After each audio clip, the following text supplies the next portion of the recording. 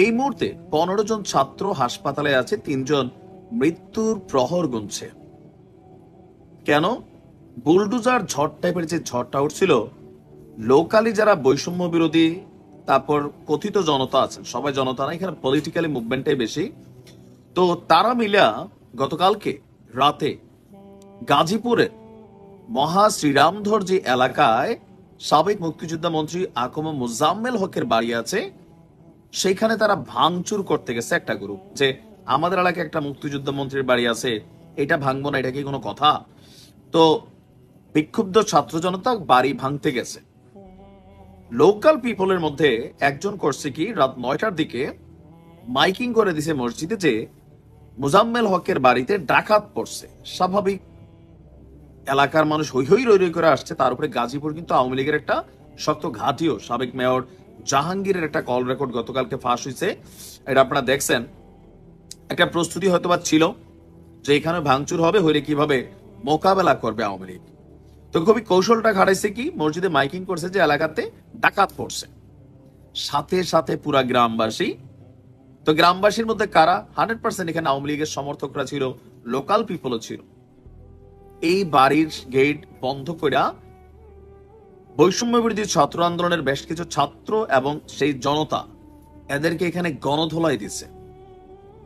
15 জনের অবস্থা খুবই বাজেভাবে আহত হয়েছে, আর 3 জন এরা সম্ভবত বাঁচবে না। প্রচুর রক্তপাত হয়েছে ওইখানে। এক পর্যায়ে সেনাবাহিনী আইসা এদেরকে এখান থেকে উদ্ধার করে নিতে হয়েছে। এখন পুলিশ কি বলছে? গাজীপুরের যিনি পুলিশের কর্মকর্তা আছেন এবং এলাকাবাসী আছেন, সবার বক্তব্য যে বিক্ষুব্ধ ছাত্র জনতার পরিচয় দিয়ে গাজীপুরের এই এলাকায় সাবেক মন্ত্রী মোজাম্মেল হকের বাড়িতে ভাঙচুর শুরু করে একদল গ্রুপ। তো এটা নিয়ে যখন ভাঙ্গাভাঙ্গি শুরু হয়, লোকালি কিছু মানুষ প্রথমে প্রতিহত করার ট্রাই করছে, কিন্তু এখন তো এই মবের সামনে কেউ পড়তে চায় না। তারপরে তারা করছে কি, কৌশলে মাইকের মধ্যে, মসজিদের মাইকে ঘোষণা দিয়ে দিছে যে মন্ত্রী মোজাম্মেলের বাড়িতে ডাকাত পড়ছে। তখন স্থানীয় জনগণ, অবশ্যই এখানে আওয়ামী লীগের জনগণই বেশি, 100%, ইহাতে কোনো ভুল নাই। কারণ যে 32-এর যে বিষয়টা, এটা আওয়ামী লীগ এত সহজে হজম করবে? আমরা কিন্তু এগুলোই বোঝানোর চেষ্টা করি সবসময়, যে দেখেন হিংসার বিপরীতে আপনি যখন হিংসা তৈরি করবেন, যখন কোনো নতুন ট্রেন্ড তৈরি করবেন, এই ট্রেন্ডটা আওয়ামী লীগ কিছু কিছু জায়গায় এত পরিমাণ স্বৈরাচারী করছে, তারা কল্পনা করেন যে এইভাবে তাদের সাথে এটা রিটার্ন হবে। আবার আজকে আপনারা যারা এই কি বলো যে মব জাস্টিসের একটা প্রথা তৈরি করতেছেন, বুলডোজারের প্রথা তৈরি করতেছেন, সেটা বাংলাদেশে, এগুলা কিন্তু রিটার্ন হবে ভাই। আমার হয়তো একটু বয়স হয়ে যাবে, তখনও হয়তো আমি বাচ্চা থাকলে নিউজগুলা করবো যে ভাই, তখনও বলতাম যে অতিরঞ্জিত কোনো কিছু ভালো না। আইন আছে দেশে, আপনি যদি আইনের রক্ষক হয়ে যান, ভক্ষক হয়ে যান, আপনার হাতে আজকে ক্ষমতা আছে, চাপেই পড়তেছেন, যার বাড়ি ঘর ভাঙচুর করছেন, এটা রাইট ওয়ে না। সুযোগ পাইলে অ্যাকশন হবে, কারণে অকারণে হবে। জোশে জোশে অনেক কিছু ঘটাই দেওয়া যায়, কিন্তু সেটাকে সামলানো, সামাল দেওয়া এত সোজা?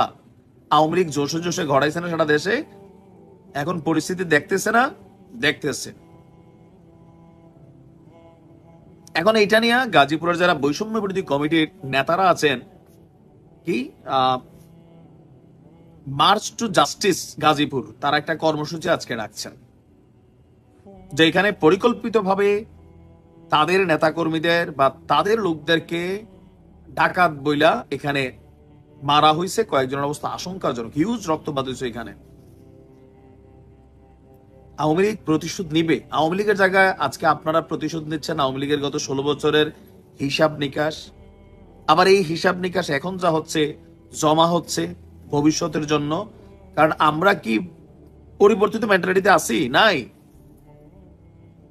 ক্ষমার জন্য কারুর মেন্টালিটি নেই। যার হাতে ক্ষমতা আসছে, যেমনি আসছে, এটার প্রয়োগ করতেছি। কেউ আমরা ছাড় দেওয়ার পক্ষে না। তো গাজীপুরের এই ঘটনা একটা বার্তা ক্রিয়েট করে দিল যে 32-এর ঘটনার বিপরীতে, অথবা সারা বাংলাদেশে মন চাইলো একজন এমপি মন্ত্রীর বাড়ি খালি, এর আগে আমরা দেখি না বুলডোজার দিয়ে এভাবে ঢুইকা ভাইঙা দেওয়া হচ্ছে। ধরপাকড় হয়েছে, মামলা হয়েছে, দেশ ছাড়ছে, কিন্তু এইভাবে ভাই কারোর বাড়িঘর ভাঙা হয় নাই। এখন এইটার রিয়েকশন নগদে শুরু হয়েছে, আর আশা করি আমরা আগামীকালকে থেকে এটা বন্ধ হয়ে যাবে, আর নয়তো এমন ঘটনা ঘটবে। এটা আমার কাছে মনে হয়েছে যে আমি থুথু মারলে এটা আমার উপর পড়বেই।